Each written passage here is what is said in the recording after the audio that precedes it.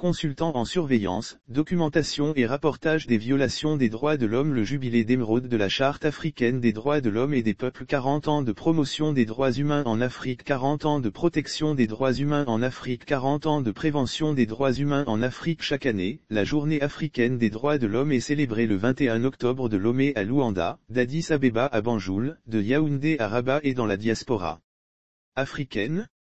Cette année 2021 marque les 40 ans de la Charte africaine des droits de l'homme et des peuples, communément appelée Charte de Banjul. L'adoption de ladite charte est l'une des réponses de l'Afrique aux violations des droits de l'homme.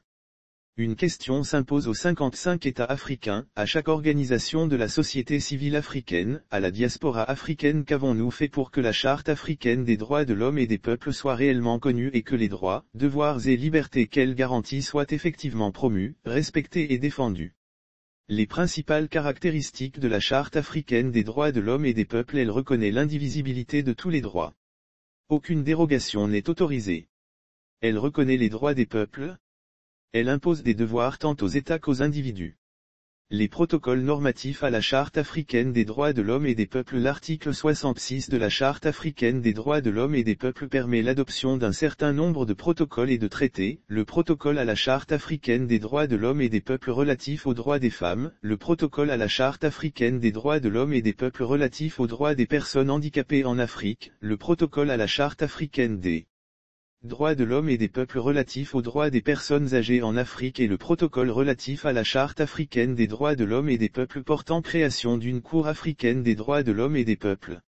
La Charte africaine a institué la Commission africaine des droits de l'homme et des peuples. Les défis et perspectives de la Charte africaine des droits de l'homme et des peuples. En termes de défis et perspectives, tous les États membres de l'Union africaine ne sont pas partis au protocole de la Cour. De nombreux États tardent à s'acquitter de leur obligation à soumettre des rapports nationaux en vertu de la Charte.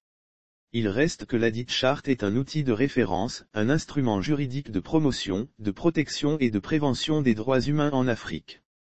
Je souhaite à tous les Africains et à toutes les Africaines, bonne fête du jubilé d'émeraude de la Charte africaine des droits de l'homme et des peuples. Par Bruno Germain Adam, consultant en surveillance, documentation et rapportage des violations des droits de l'homme.